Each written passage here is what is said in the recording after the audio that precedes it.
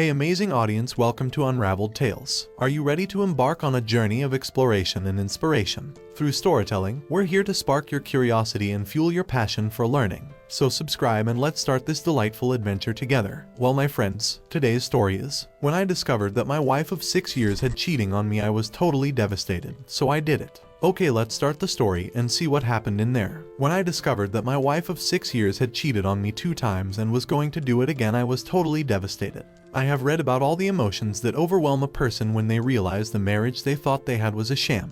My marriage was a sham, and all those emotions flooded me like Katrina flooded New Orleans. My levee broke and the waters rushed in and engulfed everything I was and had been with my wife. Yes, I cried over it. When the flood of tears subsided, there was not one thing recognizable from my marriage. It was all gone. The trust was gone. The respect was gone. The admiration was gone. The caring was gone. The sexual attraction was gone. The love was gone. You have seen the hurricane pictures. There is no spot that you can identify where you can jump in and begin to rebuild. It is just devastation and so overwhelming that you give up and walk away. That is what I would do with my marriage. I would give up and walk away. There was nothing there worth trying to save. She took it all, spun it around until it was just a pile of unrecognizable trash. It was over. Susie and I had a fight. It was not an unusual fight since we did have them on occasion, as most married couples do, but this one ended up ugly. Susie had been trying to talk me into refurnishing our living room. She said that the furniture was getting old and she was tired of it and wanted to redo the room. I made it as plain as I could that the furniture wasn't old. It was only 2 years old, had cost a lot of money, and that I was not going to spend that amount of money on new furniture already. She continued to tell me that she was sick of it and wanted new. I guess I am the one who made the mistake and escalated the argument when I said, I suppose you are sick of me too. Ha, want to just go out and duck someone else because you are sick of me? Why can't you just be happy with what you have? She fired back, well, maybe I should go out and duck someone else. Then maybe you would realize what you had and could lose. Of course I didn't let that one go either and yelled, well, you decide what you want out of life, Susie, and just go for it. But don't expect me to be here waiting for you when you come back. Then she drove a spike in me when she said, I guess I should have married Phil instead of you. Maybe he wouldn't have been such a cheap bass like you are. That did it. I literally screamed at her, duck you and duck him too. I don't ever want to hear his name brought up again. And you are not getting new furniture no matter what you do or say. End of discussion. I stormed out of the house and drove to the club for a few beers. I was furious and I needed time to cool off before I talked to her again. Update, Phil was my all-time arch rival. He was the golden boy of our community. Everything he touched went his way with one exception. He touched my wife years ago, but she was in love with me and married me and not him. They dated a few times during a short period when she and I had broken up. He had his sights set on her and almost succeeded, but not quite. She did marry me. I worked my ass off in my job and made a very respectable living. In fact, more than respectable. Phil looked at a project and it started making him money. I was in business for years and my reputation grew steadily because of hard work and honesty. Everyone just assumed that Phil was reputable and trustworthy. He never had to prove himself. Was I jealous? No, I wasn't jealous of his business position.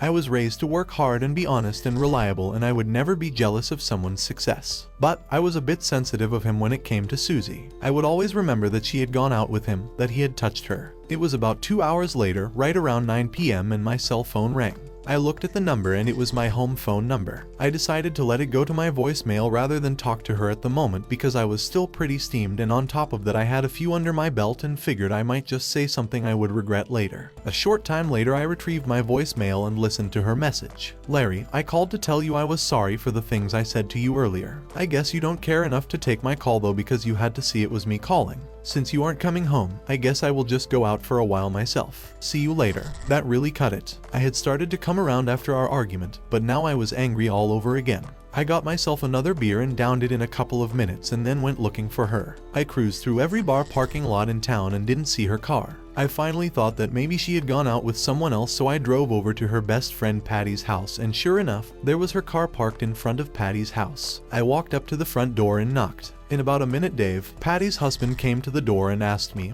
"How are things with you, Larry? I hear you and Susie had a little argument tonight." They are not here. They decided to do a bit of bar hopping tonight at the last minute. Well, Dave, I didn't see Susie's car at the bars, so I figured maybe she was here with Patty. Can you tell me what car Patty is driving so I can go look for them? She has the excursion tonight. I think they were going to start out at Bachelor's and work their way back toward here, he added. I left and drove straight to Bachelor's, and sure enough Patty's excursion was in the parking lot. I thought about going right in and confronting Susie, but I was still a bit buzzed from all the beer.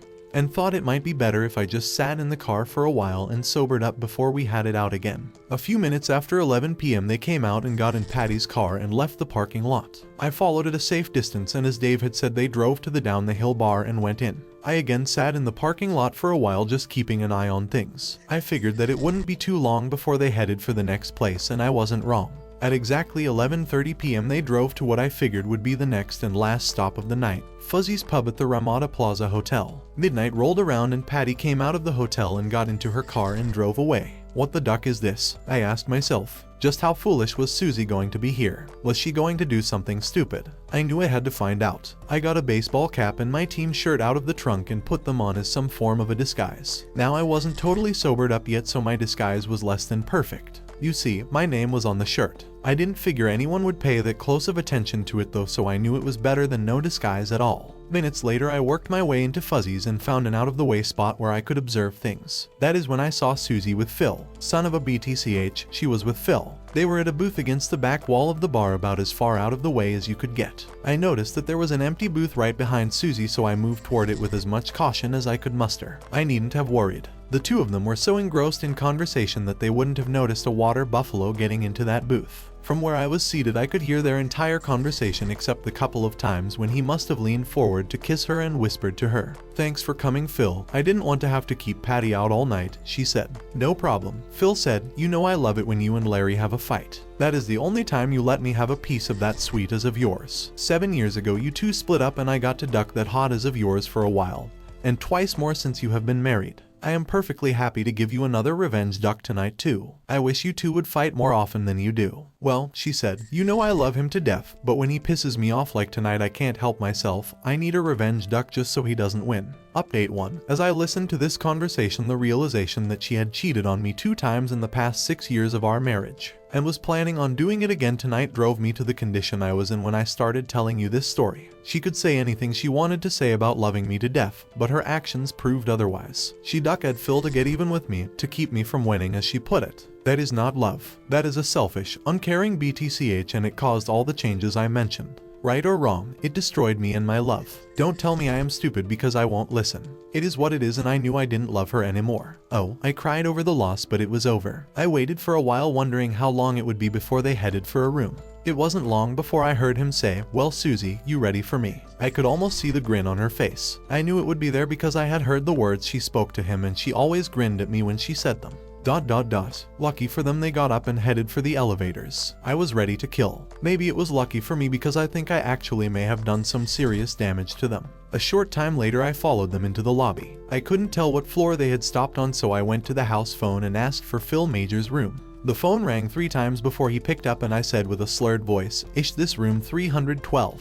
He replied, "No, this isn't 312. What the HLL are you doing calling this room at this hour?" And he hung up. I asked them to call his room for me again, and when he picked up I said, "Well, I thought this was 312. Say, you are trying to fool me, and it is 312, isn't it? You dumb drunken mother ducker, this isn't room 312, it's 422, and if you call here again I am going to have the manager call the police." He slammed the phone down. Now who is calling me a dumb mother ducker anyway? Seems to me the dumb mother ducker is the guy who just gave a furious and dangerous husband the room number where his is going to duck the wife. Let's vote, who is the dumb duck? I rode the elevator to the 4th floor and walked down the hall to room 422. I listened at the door until I heard them in the heat of it, and then I pounded on the door. I heard him yell, "Now what the duck?" and I actually got a big kick out of that because I knew I would soon destroy his duck party. I stood back from the peephole so he couldn't see me, and when he opened the door a crack I slammed it in so hard that the security chain burst off the door jamb, and the door flew open. There on the bed was my beautiful cheating wife as the day she was born.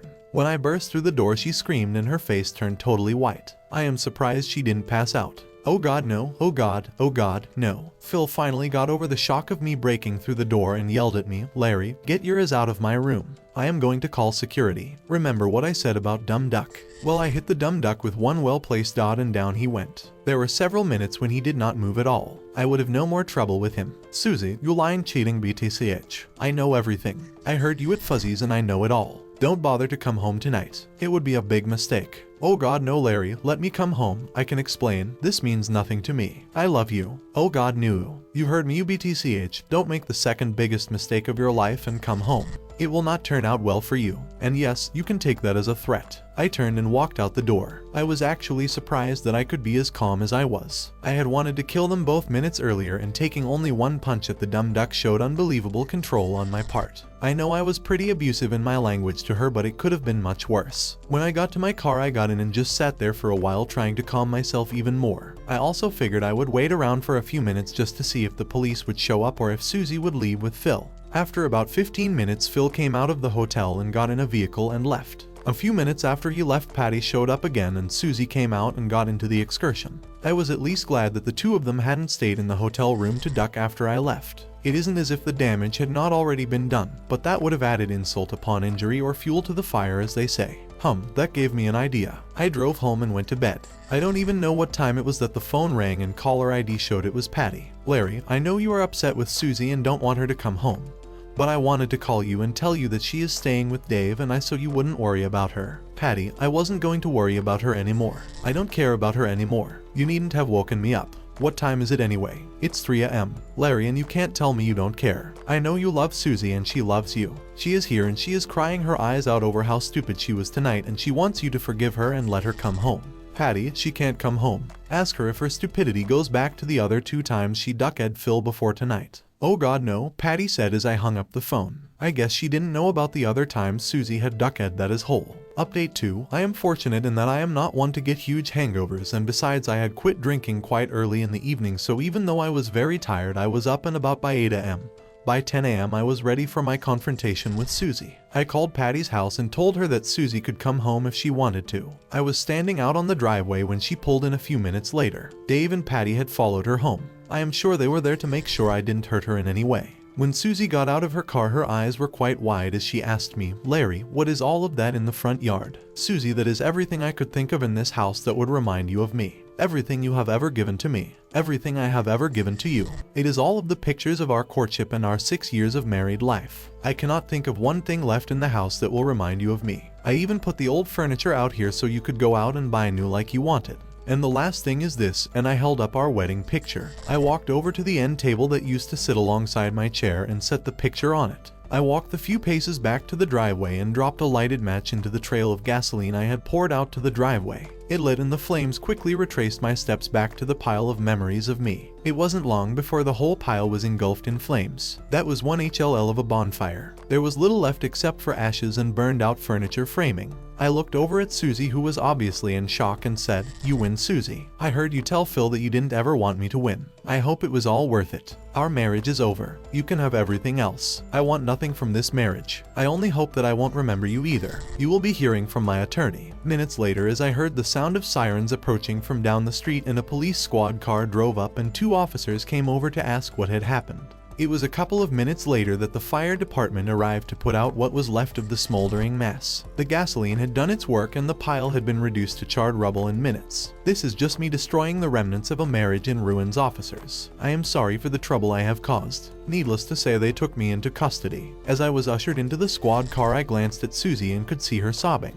I spent a couple of days in jail and they had a psychiatrist evaluate my sanity. Surprisingly, they discovered that I was sane. Saddened and destroyed, but sane. I think they would have let me out sooner, but they wanted to observe me for a couple of days just to be certain. I did make bail and went to pick up my car from my office parking lot. All of the items I had wanted to keep were in the car. It was mainly my clothing and a few other personal items. I drove to the closest motel and got myself a room for a few days until I could locate an apartment to rent. A few weeks later, I was completely settled in and had started to move on with my life. My court case came up and I went and pled guilty to all charges and was fined $5,000 in court costs. That was a small price to pay to wipe out my ruined marriage. Susie contested the divorce and kept leaving me voice messages on my cell phone. She was begging me to talk to her, to forgive her because it meant nothing to her, to take her back.